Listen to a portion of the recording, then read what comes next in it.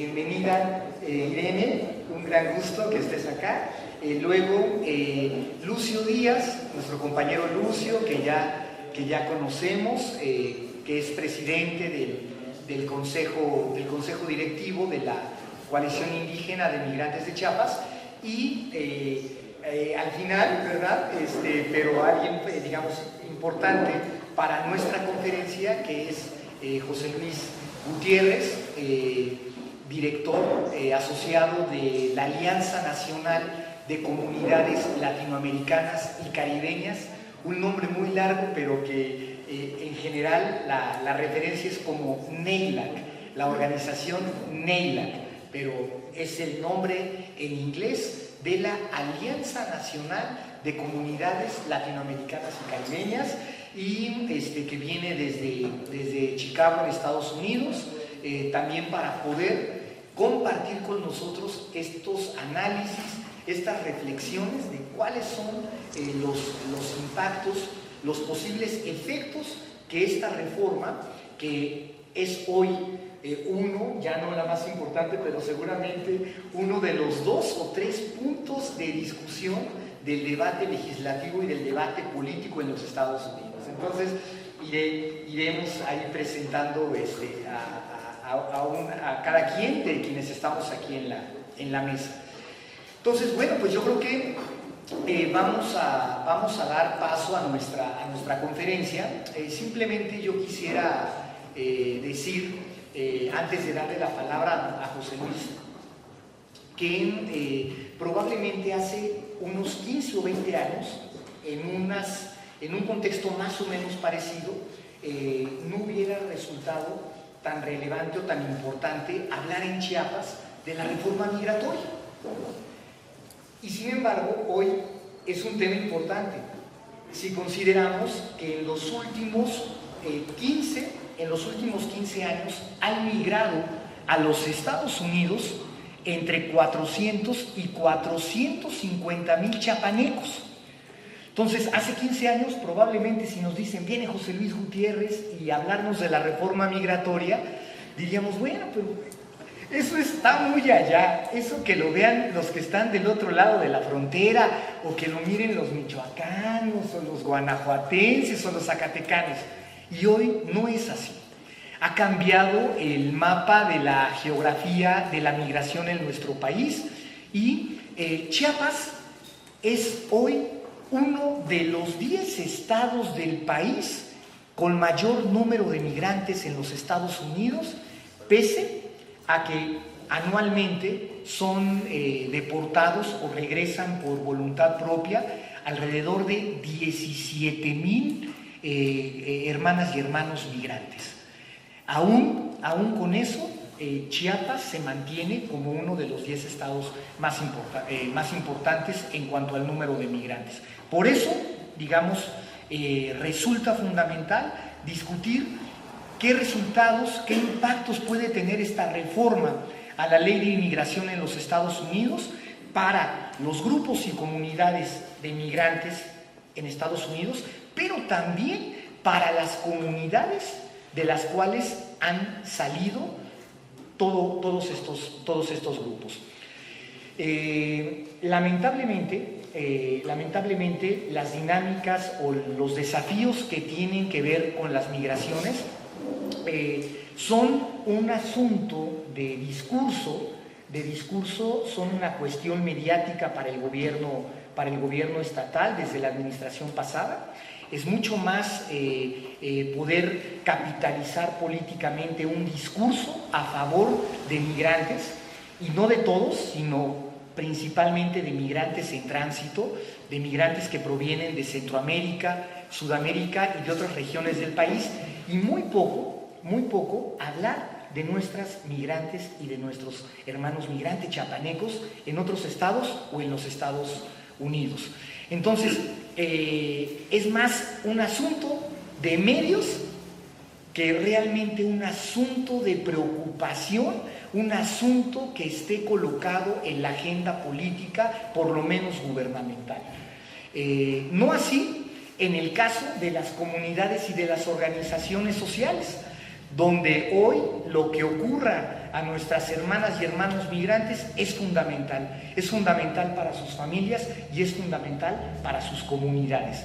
Entonces, quisiera terminar diciendo que si hace 15 años esta reflexión, este análisis sobre la reforma migratoria en los Estados Unidos pudiera ser algo lejano, hoy es algo muy cercano, hoy es una cuestión que nos atañe, hoy es una cuestión que tiene implicaciones directas y que es clave para comprender el presente inmediato y el futuro de las comunidades migrantes en Chiapas, y también para comprender cómo se va a ir cambiando, cómo se va a ir reconfigurando el patrón de movilidad transnacional en nuestro estado, en nuestro país y en toda la región, aprovechando que también está aquí Irene de Guatemala. Entonces, simplemente quería contextualizar, quería decir 2 o 3 palabras que den cuenta de la importancia que tiene hoy para Chiapas discutir sobre qué significa, qué es lo que está atrás de esta reforma, qué es lo que se está jugando y cuáles son los posibles efectos. Por eso el nombre es muy sugerente, es muy interesante. ¿Cuáles son, verdad, en el fondo los mitos y las realidades? Y de entrada si habrá reforma en este año 2013. Entonces, bienvenidas y bienvenidos. Vamos a darle la palabra a José Luis, a Lucio y a Irene, y posteriormente vamos a hacer una ronda de preguntas, de respuestas que nos permitan aclarar dudas y profundizar en el análisis para poderlo llevar a nuestras comunidades y a nuestras organizaciones. Yo me voy a parar. Inalámbrico. Bien, entonces ya había presentado a José Luis. Simplemente decir que la referencia a Neila, que es fundamental, pero para también a compañeras y compañeros presentes que han estado en el Foro México, es un integrante directivo de la Red Mexicana de Líderes y Organizaciones Migrantes. Entonces, muchas gracias, José Luis. Adelante. No, pues muchas gracias. ¿Se escucha? Bueno, pues muchas gracias a todos por estar el día de hoy aquí. Principalmente quiero hacer un reconocimiento al equipo de Voces Mesoamericanas, para el cual que darles un aplauso porque ha trabajado muy duro en poner este evento. Sé que ya estaba muy equivocado. Y la verdad que cuando hablamos de las migraciones chiapanecas es un fenómeno nuevo, muy emergente. Y me llamó la atención que estábamos sentados desayunando y nuestra amiga Irene Palma hizo una pregunta muy capciosa. De las mujeres que están viendo, ¿cuántas son mujeres? De los migrantes, ¿cuántos de estos son mujeres? Y quiero decirles que, bueno, en Chicago no tenemos una comunidad chiapaneca numerosa, pero nos hemos encontrado que por alguna razón del destino, los famosos buffets chinos tienen contactos en Chiapas. Entonces quienes preparan la comida en estos lugares que están muy populares en todo el medio oeste de Estados Unidos son mujeres muy jóvenes de Chiapas. Y esto lo digo porque ahí hay que retar a los académicos para que hagan un poco más de investigación y vean cómo podemos, pues nosotros ya como organizaciones establecidas en Estados Unidos, establecer relaciones con ellos, cómo podemos desde Chiapas ser solidarios con la agenda de ellos, cómo construimos una agenda binacional. Y en esto de la agenda binacional quiero decirles que me da mucho gusto estar aquí donde hay alguien de Guatemala y hay compañeros del estado de Hidalgo que están haciendo un trabajo en sus comunidades, hay compañeros de Oaxaca, y decirles que nosotros, sí, efectivamente, soy ahorita el presidente de la Red Mexicana de Líderes y Organizaciones Migrantes, donde el FIO, la Federación Zacatecana del Sur California, los michoacanos en Illinois, hemos tomado un liderazgo en cuanto a fortalecimiento de una agenda binacional, donde me da gusto que esté aquí. A Oxfam México nos ha apoyado, donde hemos podido, con el apoyo de Camina, ir consolidando algunas cosas, que al igual que este evento es patrocinado también con los recursos que nos provee Camina. Decirles que sí es importante el diálogo, estos espacios, como lo es el espacio del Foro México. Hemos tenido 2 foros, muchos de ustedes han estado, pues hemos tenido el honor de contar con sus aportaciones y decirles que vamos a continuar con ese diálogo. Lo que, igual que con la reforma, lo que no podemos permitirnos es no hacer nada. Y ahí voy a entrar en materia. Sociedad civil ha tenido un rol muy importante en cuanto a darnos energía y motivación, y esto voy a hacer referencia al colectivo PND en México. Es un colectivo, valga la redundancia, de organizaciones con las cuales los migrantes hemos estado dialogando. Somos parte del colectivo para la construcción de esa agenda y ese diálogo con gobiernos que van a fortalecer nuestra interlocución hacia México, pero consecuentemente estamos seguros que va a repercutir también en una mayor interlocución e incidencia en Estados Unidos. La pregunta aquí son mitos, realidades de la reforma migratoria hoy día. También habrá reforma migratoria primero en el 2013, y ese es el tema que nos trae el día de hoy aquí. Informarnos, tener un poco más de información para que las decisiones que hagamos organizacionalmente y también como individuos, y que bajemos esta información en nuestras comunidades para que aquellos que estén considerando migrar, aquellos que les han llegado a decir, ¿sabes qué? Es el momento que nos vayamos, porque puedes tener papeles. Es el momento en que tu sueño americano se puede hacer realidad, porque aprovechan la confusión que hay en los medios, de que si el Senado pasó una iniciativa, de que si ya está, como lo han hecho algunos medios irresponsablemente, decir, la reforma migratoria es el próximo mes. La idea es venir a aclarar todas estas dudas, que tengamos un compromiso y decir, no hay una reforma migratoria, no hay una posibilidad de obtener papeles en este momento. Quiero decir, no solamente lo hemos hecho en México, lo hicimos en Guatemala, lo hicimos en Honduras y en El Salvador, y quiero hablar bien del gobierno de Guatemala. Normalmente no hablo bien de los gobiernos, pero quiero decir que el gobierno de Guatemala en esta vez ha hecho suyo la campaña, y ellos están llevando una campaña en todos los departamentos. Los gobernadores han tomado un liderazgo muy importante en parte de una campaña que se llama Súbete al tren de la información, que tiene que ver con este proyecto, y que coordinamos muy de cerca con la MENAMI, que es la Mesa Nacional de Migraciones en Guatemala. Y ahí sí, para que nos dé su respectivo reconocimiento a la gente de Guatemala que se ha sumado a esto. ¿Habrá reforma? ¿La subo más? ¿Habrá reforma migratoria en el 2013? Esa es la pregunta. Y nosotros, como NEILA, lo de la alianza es muy largo, vamos a resumirlo. Nosotros, como NEILA, somos una organización de migrantes, dirigidas por migrantes, que buscamos el mejorar las condiciones de vida de nuestras comunidades en Estados Unidos, pero también en nuestras comunidades de origen. Es una visión transnacional, y eso nos hace muy únicos con respecto al resto de las organizaciones nacionales que trabajan en defensa de los derechos de los inmigrantes latinoamericanos en Estados Unidos. Y ustedes saben, las elecciones de noviembre del 2012 cambió la dinámica electoral. Por primera vez, el voto latino fue muy decisivo, aunque no fue tanto como se nos hicieron la publicidad, pero dijo, vamos a hacerlo en el futuro. Y la campaña presidencial fue muy antimigrante, sobre todo la cuestión de los republicanos, la posición de Mitt Romney en cuanto a la autodeportación. Y eso se los cobramos en las elecciones. Los analistas concluyeron que en el futuro, si un partido político quiere ganar la presidencia de Estados Unidos, tiene que contar con el voto latino. Y eso quedó muy claro. Eso ayudó para que el tema que había muerto en el 2007, en cuanto a la reforma migratoria, pues revivía. Y hubo de momento un interés de todo el mundo, de sirios y troyanos, republicanos y demócratas, de hablar sobre la reforma migratoria. Aunado a esto, que en el Medio Oriente pues había ahí ya por procesos de paz y había retiro de tropas en muchos lugares, y los intereses corporativos vieron lo de la reforma migratoria también como una oportunidad. Y ahí estoy hablando de la gente que trabaja en las cuestiones de tecnología, seguridad nacional, estamos hablando de los que manejan los centros penitenciarios, que voy a hablar un poquito más adelante. ¿Qué tenemos ahora? No tenemos una reforma migratoria.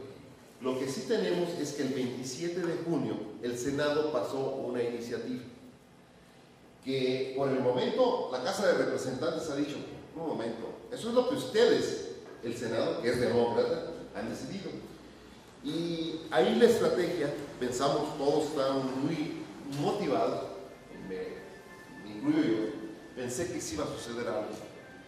Resulta que los senadores, y sobre todo los senadores demócratas, pensaban que iban a lograr el apoyo de más senadores republicanos.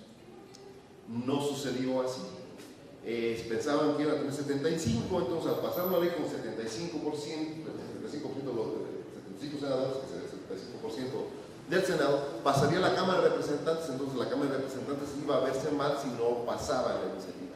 Resulta que no lograron tener los 75, fueron 68 a favor, 32 en contra. Pero la Casa de Representantes no se vio tan impresionada con el número, entonces han decidido no tomar en cuenta la iniciativa del Senado, han declarado abiertamente que sobre todo el camino a la ciudadanía no les interesa, que es algo que lo consideran como una amnistía. Entonces hay un gran debate en ese sentido. Han decidido también no darle una prioridad al tema. Hay que estar bien claros, nos quedan hoy día 22 días de trabajo legislativo, y si bien es cierto el Estado, ustedes los vieron por los medios, por 16 días parcialmente el gobierno federal estuvo paralizado. Entonces, si bien es cierto, tenemos un presupuesto hasta el 15 de enero, las negociaciones de estos 22 días que nos quedan de trabajo van a ser enfocadas en presupuesto, la deuda pública, la expansión de la deuda pública, y algo que no suena mucho pero que parece muy importante, que es el Farm Bill, que es una iniciativa de ley que tiene que ver con el sector agropecuario. Pero en Estados Unidos el sector agropecuario tiene que ver con todo lo que es alimentación, tiene que ver con los apoyos a los grupos vulnerables, y ahí sabemos muy claros que el Partido Republicano está muy claro que quiere cortar todos sus servicios. Entonces hay una gran lucha y creemos que estos, ojalá que no sea así, me equivoque, pero en los próximos 22 días van a estar hablando de esos tres temas. Y el tema migratorio, pues no sabemos dónde está. Hace 2 días todavía el congresista Díaz Balar está hablando de hacer una propuesta, pero serían pequeñas legislaciones que abonarían como aspectos de la seguridad nacional y demás, pero eso podemos avanzar un poquito más. Quiero pasar un poco de tiempo analizando qué es lo que tenemos. Lo que sí tenemos, que es la iniciativa del Senado aprobada. Hay cosas que son definitivamente positivas, cosas que son negativas y cosas que son totalmente aberrantes que no deberíamos permitir. Básicamente, con esta iniciativa que está pasando el Senado, se está cambiando la lógica de la unidad familiar por una lógica en cuanto a las necesidades laborales que tenga Estados Unidos y las calificaciones que tenga el migrante que esté aplicando. Va a incrementar drásticamente la seguridad de la frontera sur y la aplicación de leyes que realmente son no de un buen vecino, no de un buen socio como lo es México para Estados Unidos.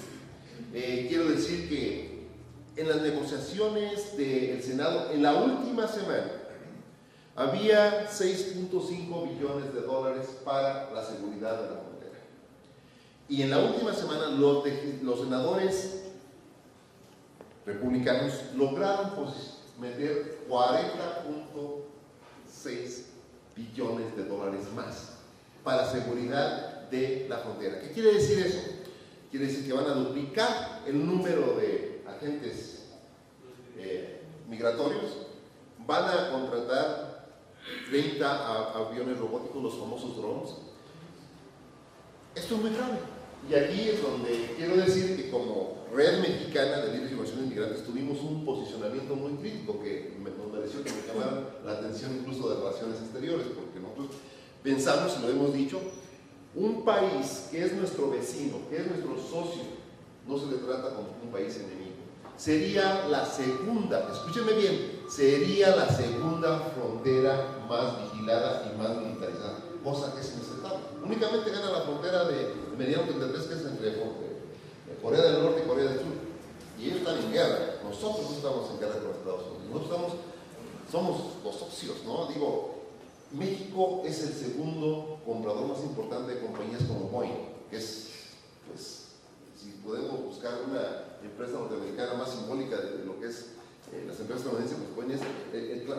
y México es el segundo comprador más importante. O sea, mejor lo tomamos un poco más al rato para que podamos elaborar, y me gustaría también escuchar su opinión al respecto. La adopción de un sistema federal de verificación de empleo.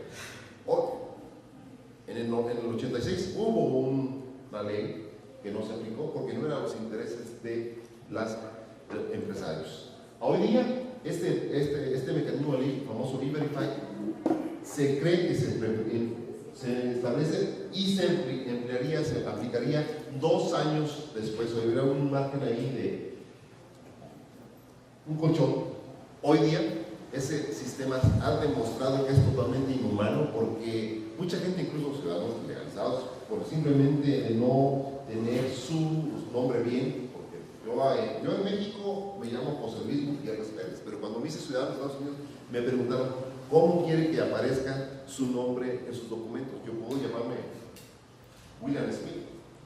Entonces, eso ha ocasionado muchos problemas. Entonces, eso va con dedicatoria a las comunidades latinas para tener un mejor control sobre la legitimidad del empleo. Lógico, hay un programa va a haber una extensión de los programas de trabajadores temporales. Digo, nosotros estamos platicando aquí y están sucediendo que cada vez se va viendo más gente, no necesariamente en condiciones muy favorables en cuanto al respeto a sus derechos laborales. Lo que sí es positivo es que va a haber un proceso de legalización para todas aquellas personas que estén sin documentos en Estados Unidos. Y esto habría que elaborar un poquito más porque, si bien es cierto, tenemos 11 millones, no todos van a poder calificar. Se cree que 25% de entrada no podrán calificar y es muy posible que otro 25% en el camino, por los requerimientos que vamos a elaborar un rato más, no podrían legalizarse. Todo esto que refleja acerca de la comunidad latina, esta propuesta aprobada por el Senado. Pues por un lado que somos muy atractivos electoralmente, pero por otro lado que no somos bienvenidos.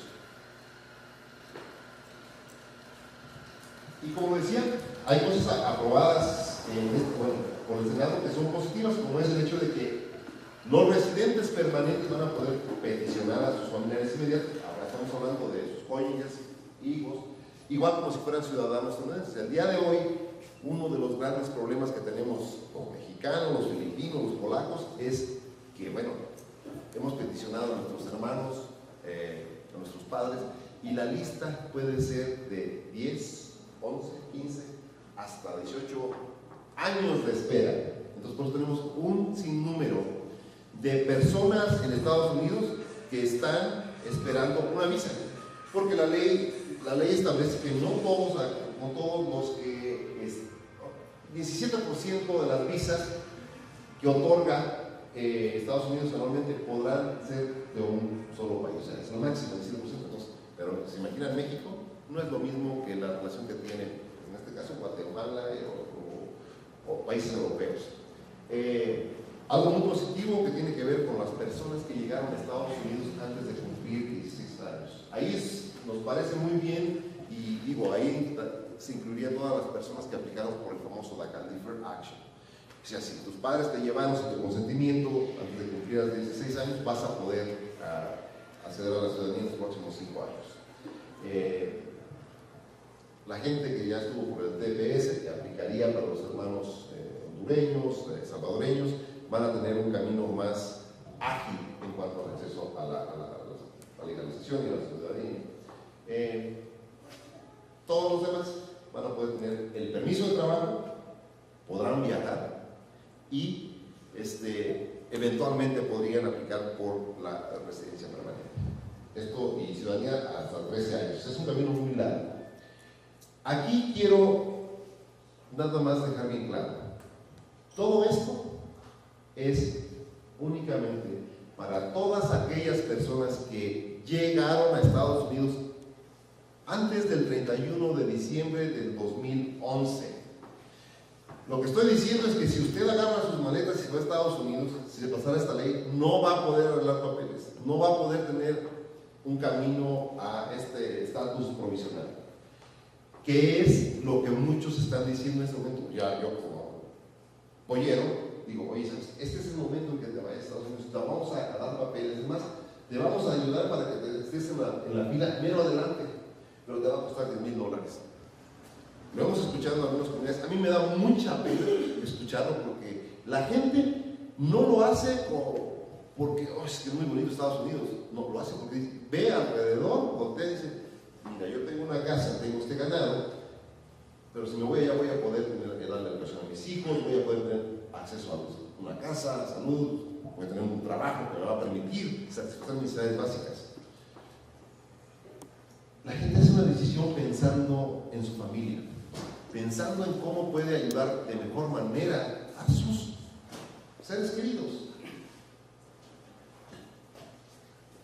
Ahí entra otro factor, cómo nosotros hacemos la reflexión de cómo hacemos para quedarnos aquí, para generar esas condiciones. Que no es una tarea nada más de nosotros, es una tarea que tiene que ver con los gobiernos, que tiene que ver pues con nosotros, como se ha sido organizada. Y ahí sí, me da mucho gusto estar aquí en el Museo Café, donde nos dan ejemplo, y don Abraham lo explicaba esta mañana, de cómo organizándose, han logrado tener este espacio, han logrado tener oportunidades en el lugar donde nacieron. Han logrado, pues decirse tener la opción de irse o quedarse. Y ese, al final del día, es lo que nos motiva a nosotros como Neila, lo que nos motiva a muchos de ustedes, es lo que nos motiva a las alianzas que hemos hecho en el marco de Oxfam México, con nuestro apoyo a los foros México, colectivo PND Migraciones, a buscar que la migración sea un derecho, el derecho a la movilidad, pero también el derecho a quedar. Ahora voy con los aspectos preocupantes de la iniciativa. Pues como les había dicho ahí, de entrada el 25% de las personas no van a poder aplicar, porque es una ley muy excluyente. Los beneficiarios de un programa de migración serán excluidos de toda asistencia pública. El día de hoy se inició un registro para todas las personas que no tienen seguro en Estados Unidos. Es obligatorio que usted tenga un seguro de salud. Y si no, lo van a multar. Pero ¿saben qué? Si eres indocumentado, no puedes tener un seguro de salud, aunque tengas el dinero para comprarlo. Viene la ley. ¿Qué va a hacer los gobiernos de nuestros países de origen para ayudarnos a buscar alternativas a esto? Y esto estoy hablando de 12 millones de personas que viven, trabajan, pagan impuestos en Estados Unidos. Con el programa de empleo, pues lógico, mucha de la gente que está empleada en restaurantes y demás no va a poder tener acceso a ningún empleo, porque esta verificación del IBM va a ser pues mandatorio para todos los empleadores. Algo que nos llama mucho la atención aquí y que nos preocupa mucho es la eliminación de visas familiares. Hoy día, usted puede aplicar por su hermano para que se emigre a los Estados Unidos, como la lógica de la ley migratoria es una lógica basada en la unidad familiar. Cosa que esta ley la cambia totalmente, como decía, a una lógica de qué necesito yo como empleador en Estados Unidos de mano de obra y cuáles son las calificaciones que la gente que está aplicando tiene. Y una cosa que también es fatal es que deja intacto el marco legal del 1996 que tiene que ver con la prohibición de 3 y 10 años de ingreso a Estados Unidos.